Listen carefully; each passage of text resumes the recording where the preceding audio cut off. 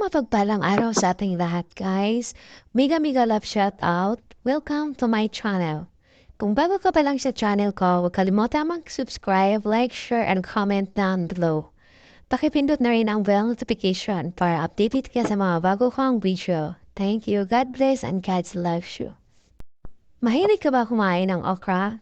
Halika samahan niyo, patuklasin natin kung anong mga benepisyo ng okra. Ang okra ay isang uri ng halamang gulay na malawakang itatanim sa tropiko at may katamtamang lamig na mga rehiyon. Kilala ito sa katawagang bindi, vamia o gombo sa ibang bansa at kilala bilang isa sa mahalagang halamang gulay sa lahat ng kultura sa Amerika, Afrika, Timog at Silangang Asya, maging sa Katimugang Europa. Ang okra ay may makinis at gahatang ori. Mayroon ding lunti at pulang kulay na kinawiwilihan sa malalamig na bansa dahil sa malinamnam na lasa nito at di gaanong madalas sa bibig. Itinuturing itong isang brain food o pagkaing pangkaisipan sapagkat tagday nito ang elementong posporo. Maaaring gawing adobo, ginataan at iba pang sinasabawang lutuin ang okra. Kinikilala rin itong likas na pagkain na pag-iwas diabetes.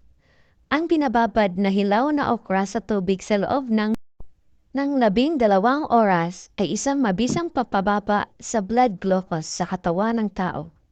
Iniinom ito araw-araw. Tinatagurian din ito kung minsan ng mga katutubong dumagit bilang gulay ng yugos at pandi sa Bulacan. Ang okra o ladyfingers ang mga nakakabilib na health benefits alamin.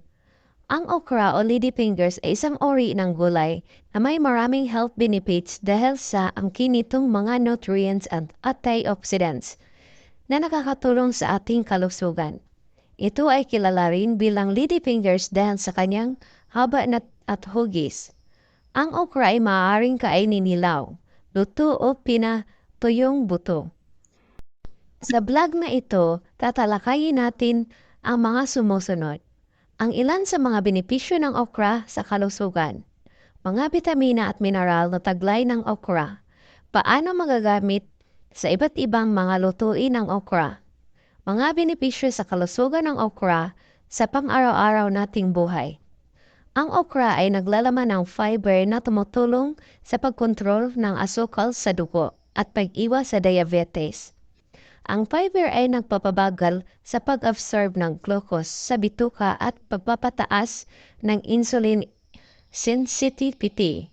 Ayon sa isang pag-aaral, ang pagkain ng okra extract ay may benepisyo na nagpapababa ng blood glucose levels.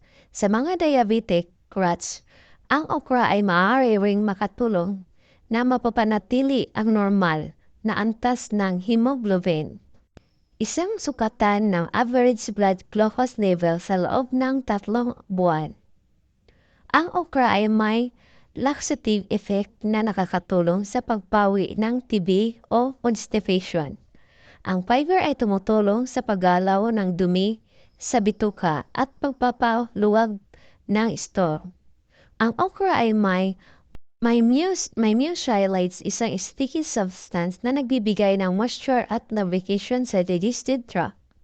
Ang mucilage ay nakakatulong din na maprotektahan ang lining ng bituka mula sa mga irritants at ulcer.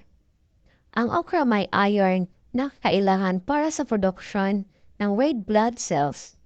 Ang red blood cells ay nagdadala ng oxygen sa iba't ibang bahagi ng katawan. Ang kakulangan ng iron ay maaaring nagdulot ng anemia, isang kondisyon kung saan ang katawan ay hindi nakakakuha ng sapat na oxygen. Ang anemia ay maaaring magdulot ng pagkapagod, hina at sakit ng ulo. Ang okra ay maaari ring makatulong na mapapanatili ang normal na antas ng hemoglobin. Ang protein na naglalaman ng iron sa red blood cells. Ang okra ay may mababa na calories at carbs pero mataas sa fiber at protina. Ang fiber at protina ay tumutulong sa pakaramdam na busog at nakakapagpabawas ng appetite. Ang okra ay maaari ring makakatulong na mapababa ang cholesterol level sa dugo na nakakaapekto sa timbang at puso. Ang okra ay may benepisyo rin sa kalusugan pagdating sa pagpababa ng inflammation, isang salik na nag-uugnay ng obesity at iba pang mga chronic disease. Nagpapalakas ng immune system. Ang okra ay may vitamin C, isang antioxidant na tumutulong sa paglaban ng mga infeksyon sa sakit. Ang vitamin C ay tumutulong din sa paggawa ng collagen, isang protein na mahalaga para sa balat, buto at kasuan. Ang okra ay may vitamin E, isa pang antioxidant na tumutulong sa paningin at balat. Ang vitamin E ay tumutulong din sa pagpapanatili ng mucous membranes, ang unang depensa laban sa mga mikrobyo. Nagpapabuti ng paningin. Ang okra ay may lutein at zeaxanthin, dalawang phytochemicals na nakakatulong sa paningin. Ang mga ito ay natatagpuan sa yellow spot o maskula ng mata, kung saan ang vision ay pinaka-clear. Ang okra ay mayaman din sa vitamin E na isang antioxidant na sumusuporta sa kalusugan ng mata.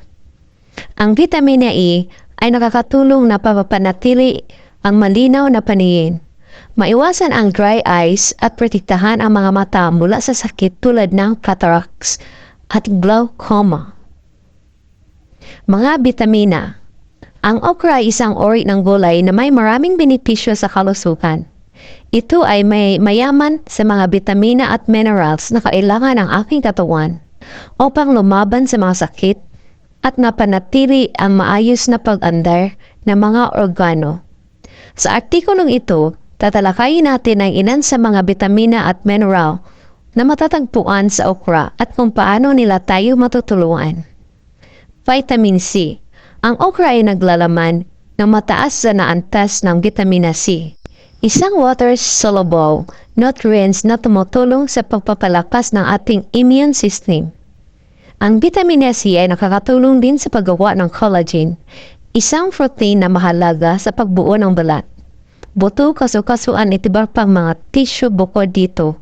Ang vitamina C ay isang antioxidant na nakapagpapagawi ng oxidative stress, isang kondisyon na nagdudulot ng pinsala sa mga cells at nagpapataas ng panganib ng chronic disease tulad ng cancer at heart disease.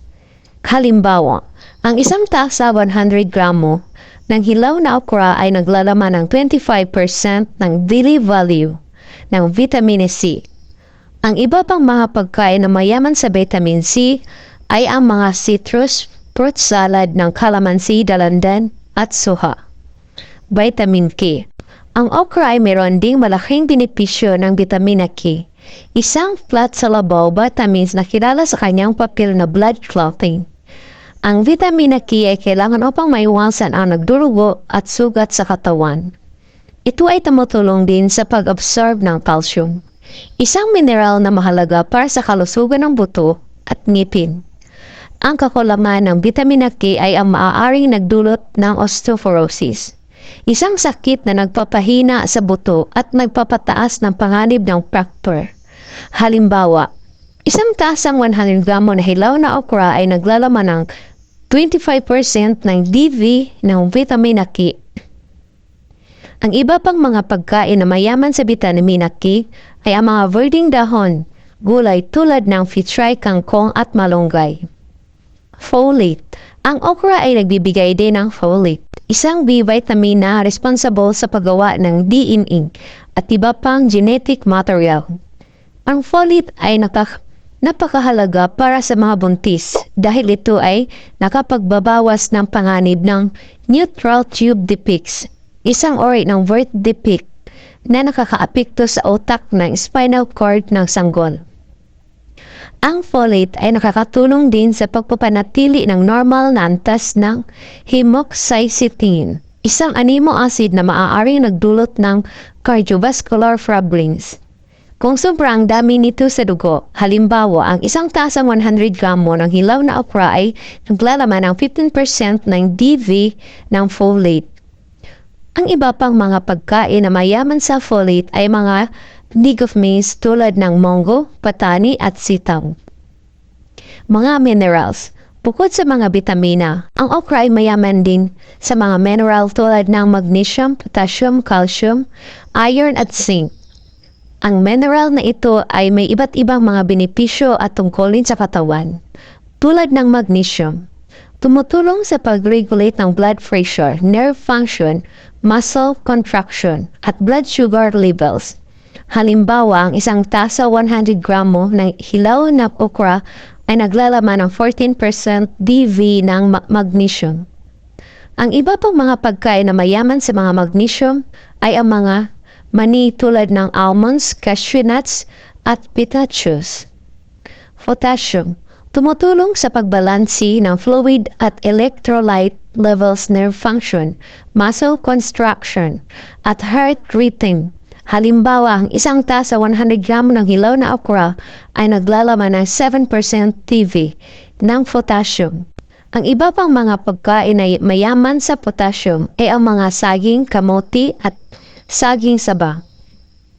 Calcium, tumutulong sa pagbuo at pagpapanatili ng matibay na buto at ngipin, nerve function, muscle contraction, at blood clotting. Halimbawa, isang tasa 100 gramo ang hilaw na okra ay naglalaman ng 8% DV na calcium. Ang iba pang mga pagkain na mayaman sa calcium ay ang mga dairy products tulad ng gatas, queso at yogurt. Iron, tumutulong sa pagdala ng oxygen sa mga cell, immune function, energy production, at DNA synthesis. Halimbawa, isang tasa 100 gramo na hilaw na okra ay naglalaman ng 3% DV ng iron. Ang iba pang mga pagkain na mayaman sa iron ay ang mga karne tulad ng baka, baboy at manok. Zinc, tumutulong sa healing immune function test ang smell perception, protein synthesis at DNA synthesis. Halimbawa, ang isang tasa 100 gramo na hilaw na okra ay naglalaman ng 2% DV ng zinc. Ang iba pang mga pagkain na mayaman sa zinc ay ang mga seafoods tulad ng tahong, mussel, hipon, shrimp at talabas, oysters. Ang okra ay isang masustansyang gulay na dapat nating isama sa ating dieta. Ito ay nabibigay sa ating maraming mga bitamina at minerals na nakakatulong sa pagpapalakas ng ating kalusugan at pag-iwas sa mga sakit. Mga gamit ng okra at iba't ibang lutuin. Ang okra ay may benefits din na gamit sa iba't ibang mga lutuin dahil sa kanyang malambot at madulas na texture at lasa. Thanks for all guys. Thanks for watching and listening. See you in my next video. God bless and God loves you.